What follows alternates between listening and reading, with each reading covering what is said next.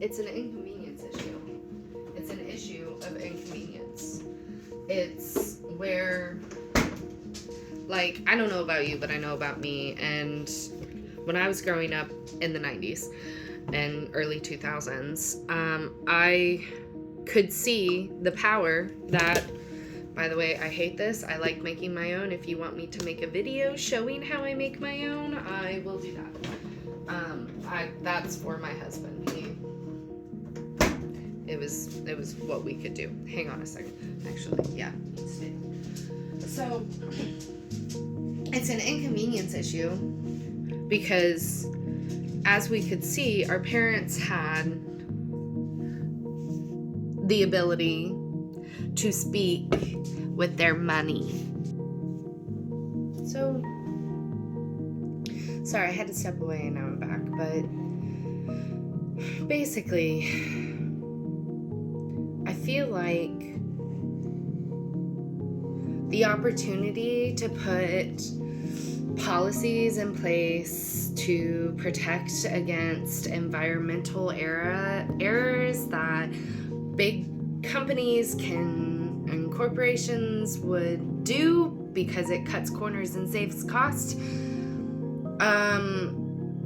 Though, like, the time for those policies to be put into place passed. And even if there were policies that did somehow pass and were put in place, lobbyists and lobbying is a legal part of our infrastructure that allows for companies and people with money to pay and line the pockets of those that could make the changes that they want.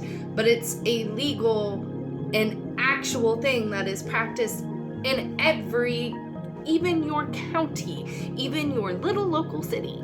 It is something that is practiced. There is a company that wants to build somewhere, go and look at it. Sit in your local meetings. Watch them on Facebook if you have to. That's the only reason I haven't deleted my Facebook account, is because literally, yeah, I'm gonna get down on my knees for this, literally, the only access that I have to certain governmental infrastructures is through Facebook, which I think is bullshit and should have never been allowed, but here we are. So if I want to watch my town hall meeting and I don't have the ability to get down there, then I have to watch it through Facebook Live.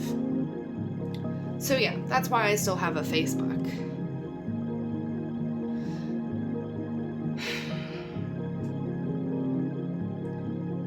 I've seen contractors come in and lobby for land, make promises. They're doing it really aggressively right now with data centers. And this is a practice that could have been thwarted, but wasn't, right? All of Amazon becoming what Amazon did. Literally, Amazon, if we didn't allow for subscriptions and we took our money elsewhere and let that business fall, we would see a lot more small businesses in our local towns and not be as dependent on it as we are today. We would have a lot more access in our communities by simply not buying into certain things. But the time has passed. But the thing is, that's how I feel. And that's what I think they want us to feel. Like, the time has passed, you can't make the changes even if you wanted to. And the reality is, that's a lie. Our money speaks so much louder than we as a people ever thought it could.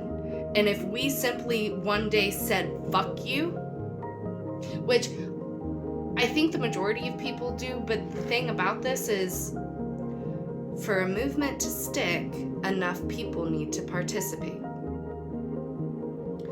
And I think that's why so many posts out there are, we're not angry enough. you're not angry enough. Because the majority of people are still pretending that things are going to be okay and they're going to be okay and everything's going to be okay. And that it doesn't affect them in any way, so why care?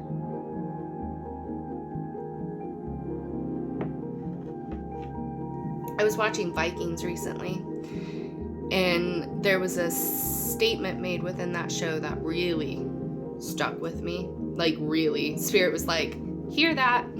I was like, heard. That statement was, the mad inherited the earth.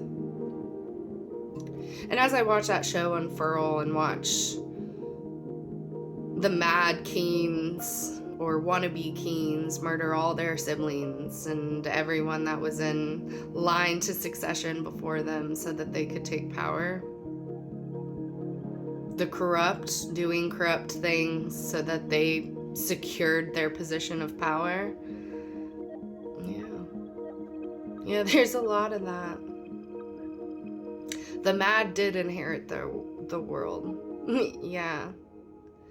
Now it's on us, the love, the hope, the joy, to take it back.